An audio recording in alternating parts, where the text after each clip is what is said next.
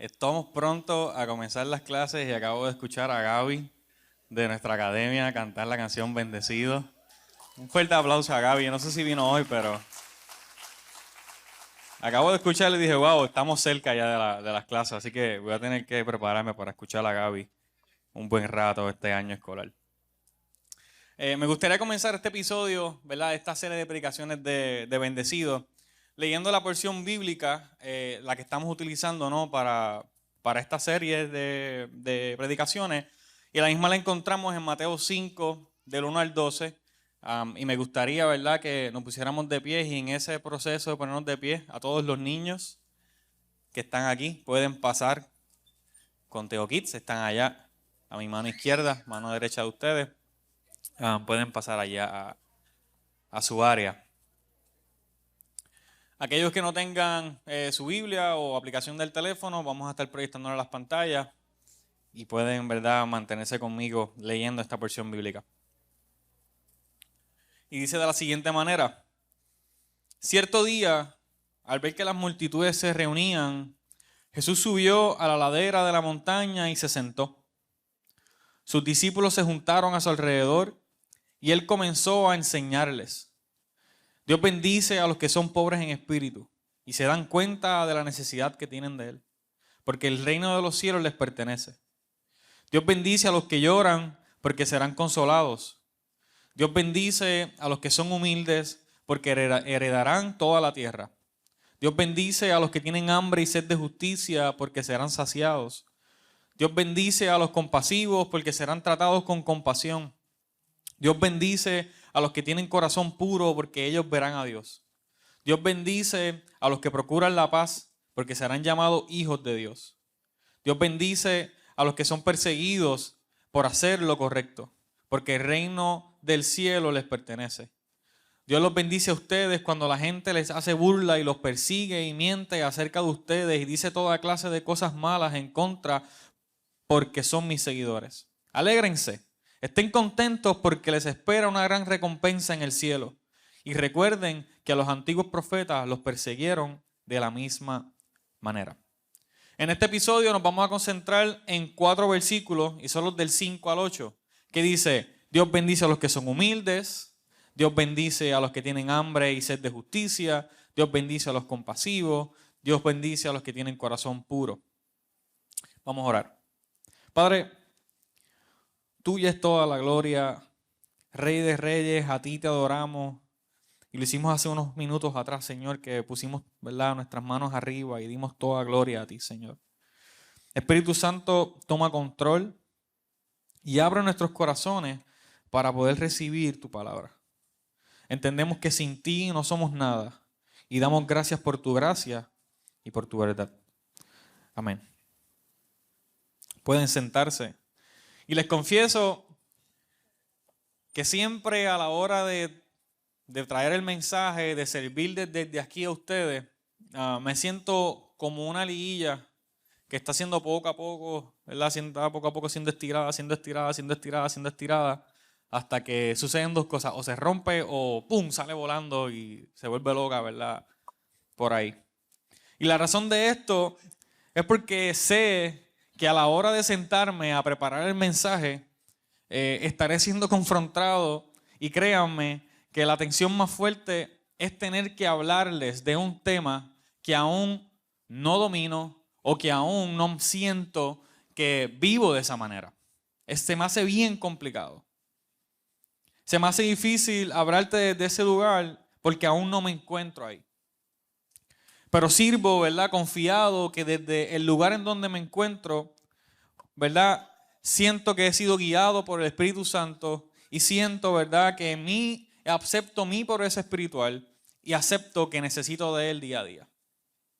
Les pido que de igual manera acepten su condición, caminen y confíen de que Él lo guiará. Así que en la preparación de este episodio me encontré en situaciones tensas conmigo mismo. Me di cuenta de mis errores. Me di cuenta de los principios que me enseñaron en mi hogar. Y también me di cuenta de lo mucho que me falta. Durante la preparación me di cuenta de que cada versículo podemos sacar una hora de mensaje. Si fuéramos a hacer una Bendecidos parte 2, yo cogería cada versículo y haría un episodio de cada versículo.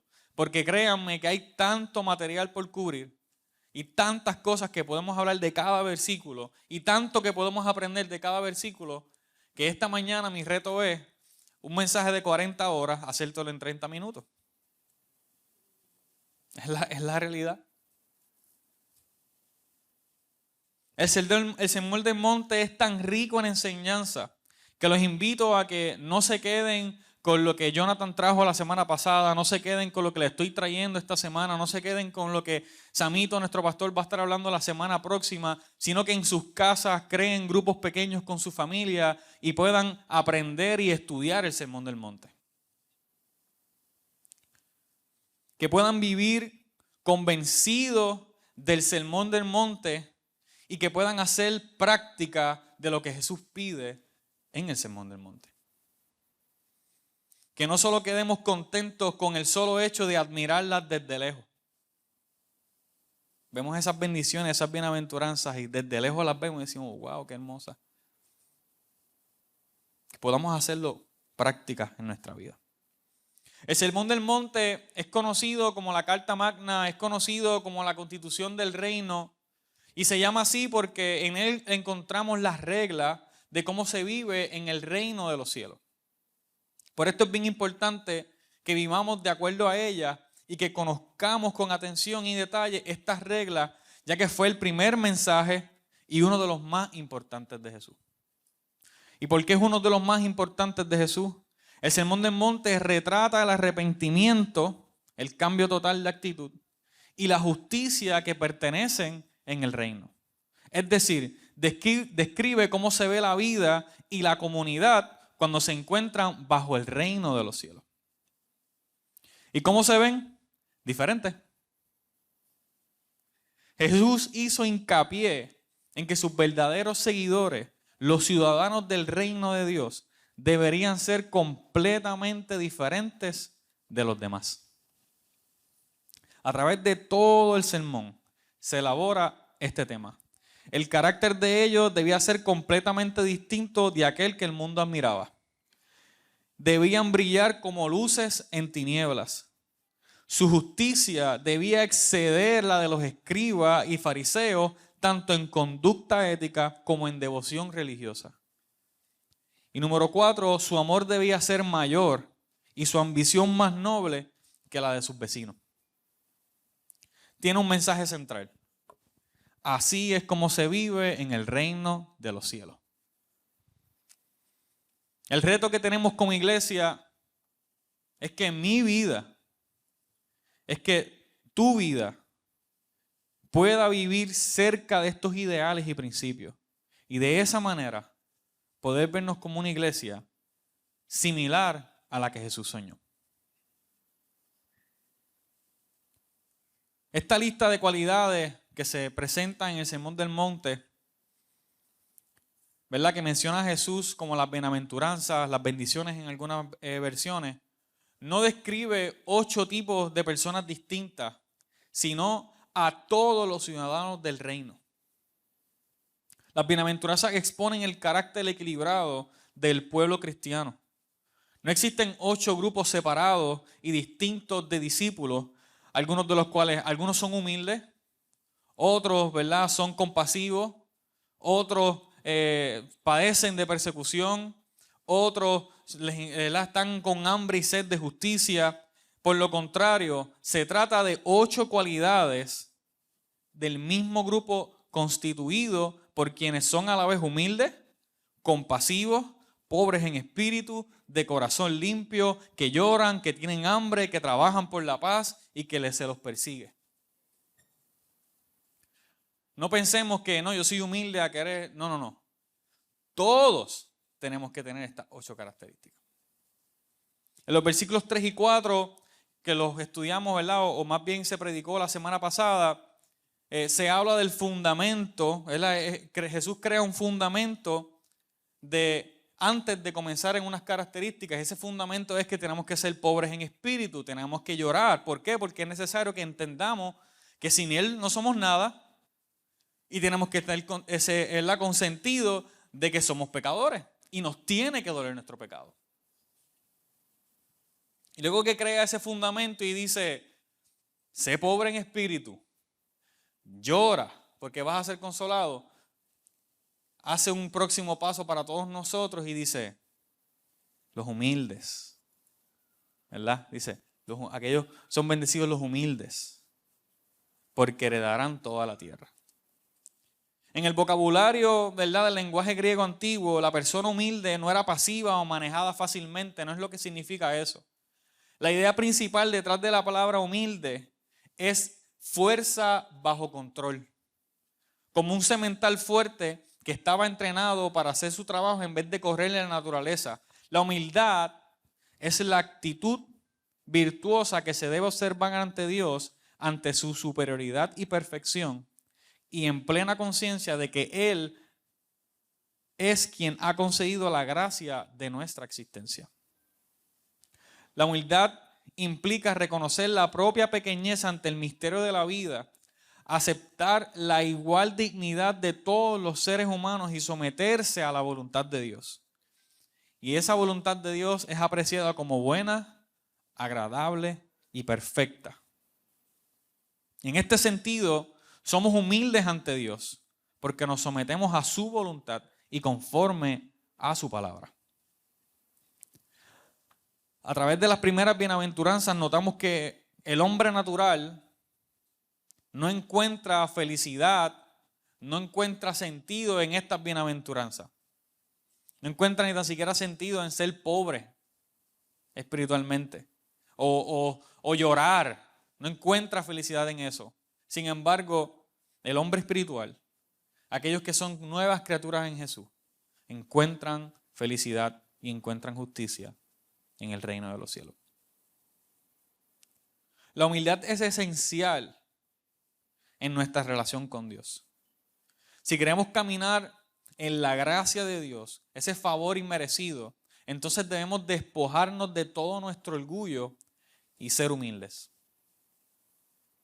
Juan Calvino ofrece la mejor descripción de las personas mansas, personas humildes en su comentario. Dice, son personas de disposiciones apacibles y que no se dejan provocar fácilmente por las injurias, que no están dispuestas a ofenderse, sino que están dispuestas a soportar cualquier cosa antes que cometer acciones semejantes a los hombres. A las personas humildes no les falta asertividad. A las personas humildes no se les ven como cobardes. A las personas humildes son seres conscientes de sus limitaciones, pero permiten a Dios que sea su fuerza en los momentos necesarios de su vida. Cuando somos humildes entendemos que somos tan culpables ante Dios como cualquier otra cosa. Y por eso necesitamos de su gracia y de su amor. La humildad rechaza cualquier pensamiento de autosuficiencia. Es la antítesis de nuestro mundo agresivo que enseña a las personas a nunca estar satisfechas con lo que tienen y por lo tanto tienen que ir a buscar más y más y más y más cosas, incluso si eso significa que no tengan tiempo para disfrutarla. Los humildes heredan la tierra porque no se han apoderado de su heredad. ¿Están contentos con la provisión de Dios?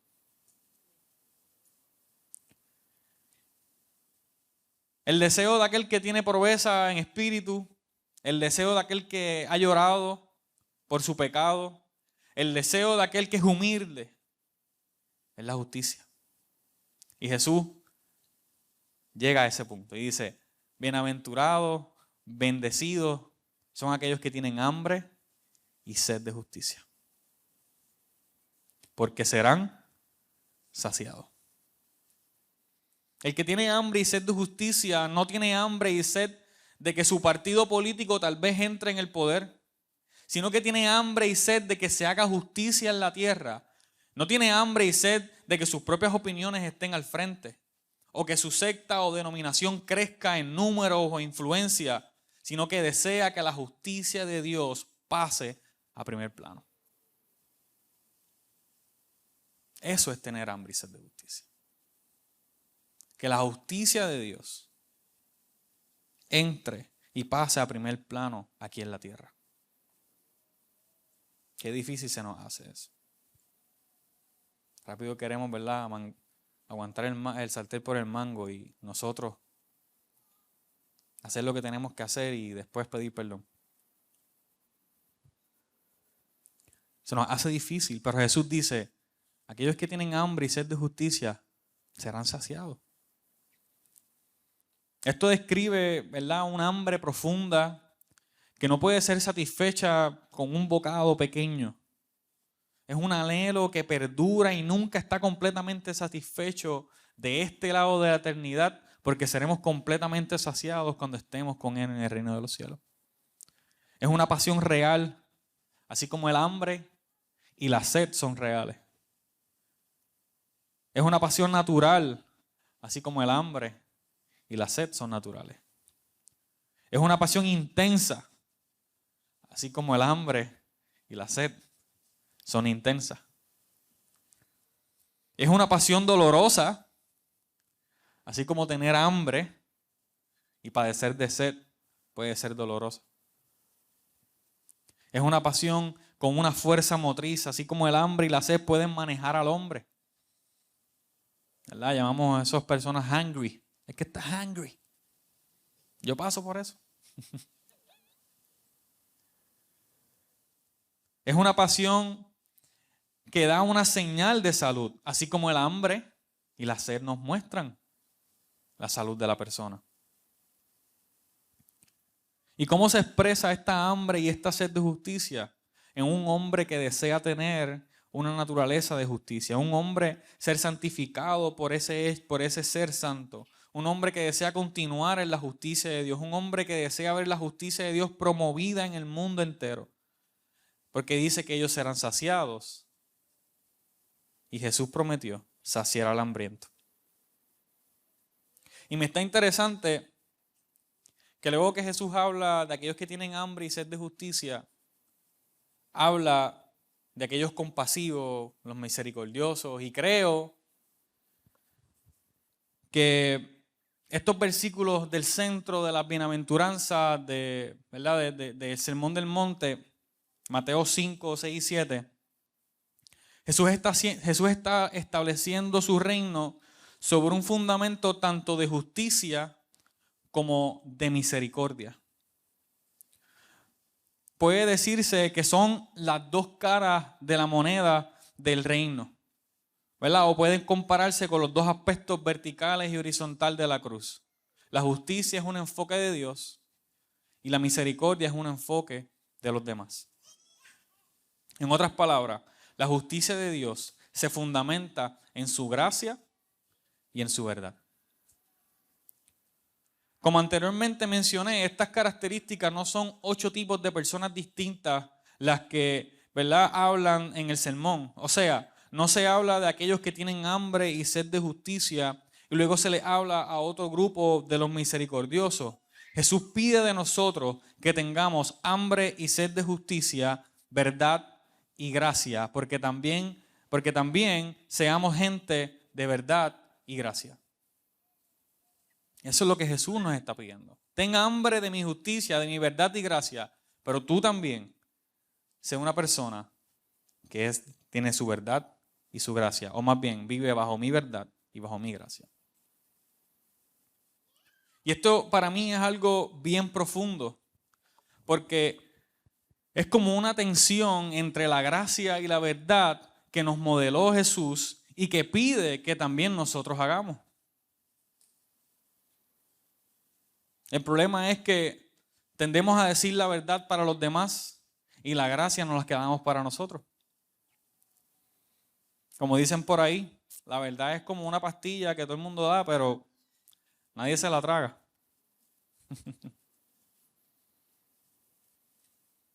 Y todos amamos la gracia de Dios.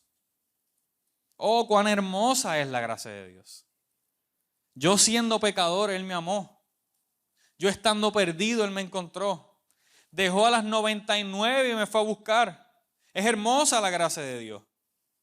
Luego cuando me busca, me trae el rebaño, ¿con qué me encuentro? Con la verdad de Dios. Ahí es donde comenzamos a tener problemas. Y comenzamos a ser confrontados con la verdad de Dios. Así es como quiero que vivas. Así es como quiero que te comportes. Así es como quiero que seas. Y ahí ya tenemos una tensión entre la gracia y la verdad. Sin embargo, Jesús nos las modeló cuando se encontró con la mujer adúltera. Jesús tuvo gracia con ella, pero a la misma vez nos mostró su verdad. Su gracia es hermosa. Y luego tienes a su verdad y te preguntas, ¿cómo Jesús puede estar lleno de gracia y puede estar lleno de verdad a la misma vez? Y tenemos que tener cuidado en no irnos a uno de los lados, porque sin querer eso es lo que hacemos. Nos convertimos en personas que solamente son llenas de gracia, o nos convertimos en personas que solamente nos dejamos llevar o hablamos solamente de la verdad. Y no tengo problema, yo amo a mi gente de gracia. Y digo mi gente porque así es como muchas veces opero ante situaciones. Ven cómo estés. Te amamos en el lugar donde te encuentres. Queremos acompañarte, queremos orar contigo, no importa lo que estés pasando, quiero que llegues conmigo. Te presento el amor de Dios. Ven, vamos a tomarnos un café. Te amamos. El problema de eso es que le hace falta la verdad. Y luego tenemos al grupo de la verdad, ¿no? Tenemos un par de personajes en las redes sociales. La Biblia dice esto y si no sigues esto, vas para el infierno. Y si no has aceptado a Jesús como tu Salvador, eres hijo del diablo. Así es como hablan. Y no me malinterpreten. Es verdad. Pero ¿qué le hace falta? Le hace falta gracia. Escuchen esto. Gracia sin verdad no tiene sentido. Verdad sin gracia es maldad. Pero la gracia, junto con la verdad, es la medicina para los pecadores como tú y como yo. Y Jesús dice, bienaventurados los que tienen hambre y sed de justicia, porque serán saciados. Bienaventurados los que son misericordiosos, porque también tendré compasión con ellos. Así que hay una tensión entre la gracia y la verdad en estos versículos que Jesús nos está diciendo, yo te modelé cómo ser esto. Bienaventurados aquellos que también son de esa manera. Qué hermoso. Más que un sustituto, la misericordia es un complemento de la justicia. Van juntas. La armonía se produce porque somos misericordiosos y buscamos llevar a otros a seguir los caminos de Dios para su beneficio. La armonía social que proporciona su reino no se parece en nada de lo que ofrece el mundo. Es el subproducto de la verdad y la gracia. No transigimos con las normas del reino, por lo contrario, reconocemos que las normas de Dios son provistas para el beneficio de la comunidad. Los reinos de la tierra se enfocan en el dominio y el control sobre todo, fomentan la ofensa, que es un enfoque en el yo mismo, pero en el reino de los cielos nos anima a encontrar la buena vida a través de servirnos los unos a los otros, porque en ello vamos a encontrar la saciedad y la misericordia que Jesús nos habla en las bienaventuranzas.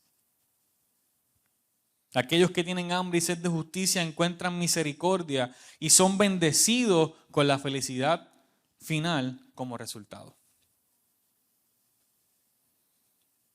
Luego que habla de aquellos que tienen hambre y sed de justicia, aquellos que son compasivos, dice, bienaventurados los del corazón limpio. Es como una cherry on top. Dios bendice al que tiene corazón puro porque ellos verán a Dios. No podemos ver a Dios a menos que nuestros corazones sean puros. Los 5 versículos anteriores muestran cómo es una persona pura.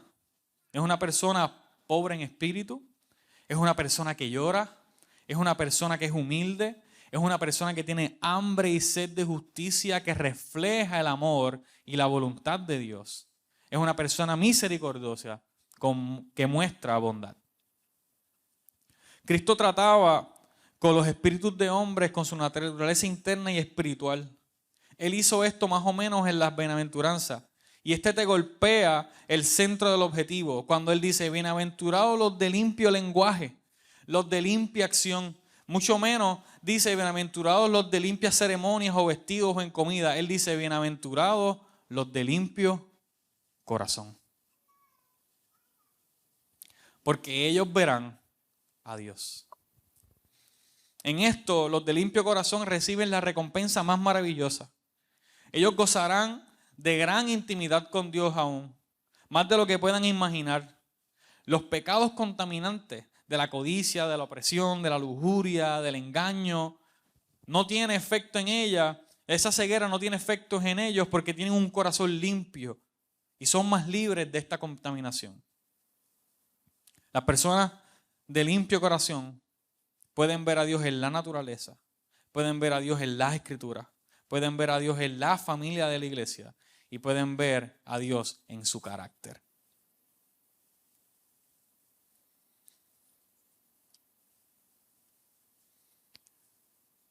Aunque ningún ojo mortal puede ver y comprender la esencia de Dios, aún estos hombres sí podrán por un ojo de fe y verán y disfrutarán de Dios en esta vida, aunque en un vaso un poco más oscuro.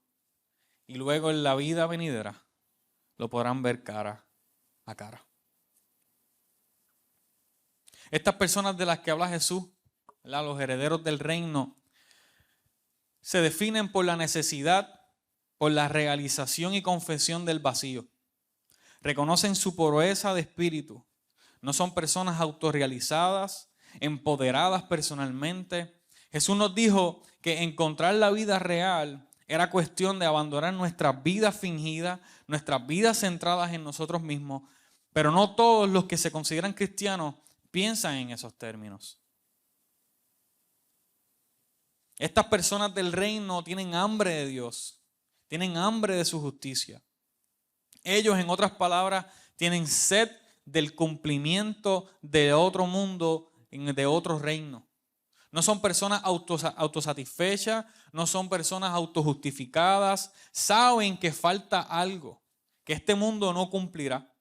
Saben que están vacíos, lamentan este hecho. Este duelo, ¿verdad?, no describe la tristeza por pérdida, aunque las personas que, ¿verdad?, han enfrentado una pérdida pueden estar un poco más conscientes de eso. Pero este luto es un luto por pecado, por la pobreza de espíritu, por el reconocimiento de que estamos lejos de Dios. Y Dios traerá a estas personas el consuelo del reino si admitimos nuestra necesidad. Los humildes no son débiles, pero no recurren al poder para heredar, sino a la humildad. Heredar con humildad lleva más tiempo que heredar con fuerza. Parece ser perdedor, pero tiene unas piernas más largas, unos pulmones más grandes y una resistencia más fuerte porque Dios es el que está con él. Tiene dignidad, tiene paciencia, tiene amor que lo motivan. El camino de la cruz fue más lento, pero más efectivo que los atajos provistos a Jesús en el desierto por la tentación de Satanás. Y eso mismo nos aplica a nosotros.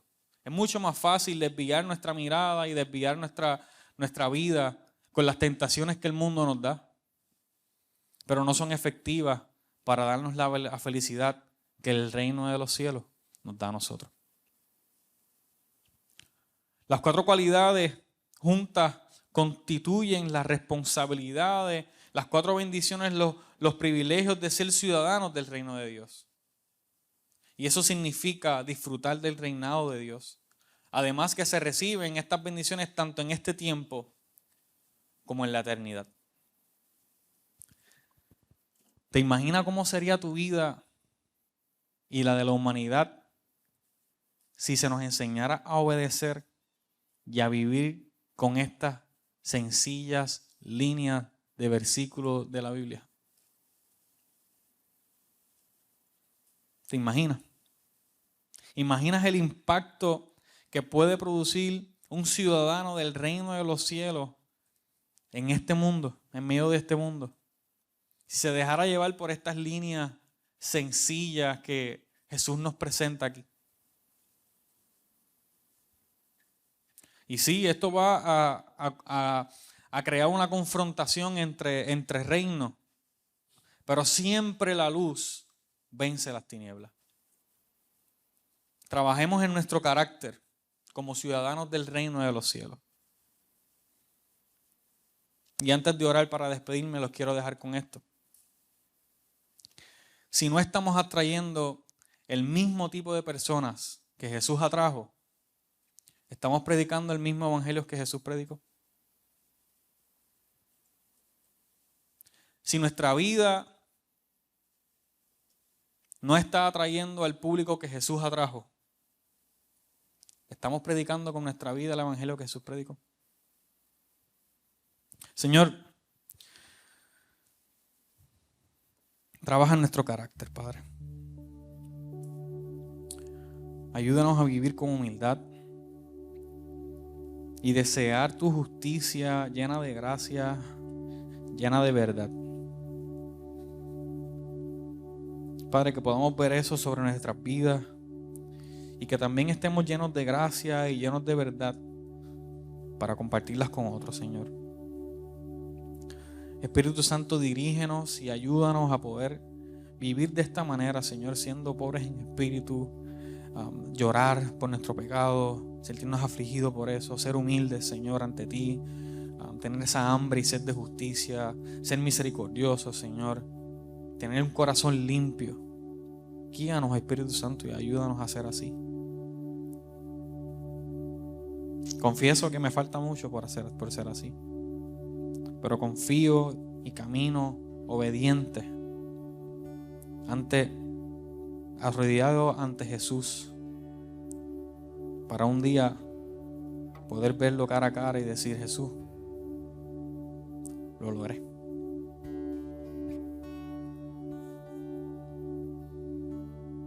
Padre, dejamos que tu reino penetre en nuestras vidas y a que nos ajuste cada parte de nuestro carácter a tu voluntad. Te lo pedimos, Padre, en el nombre de Jesús.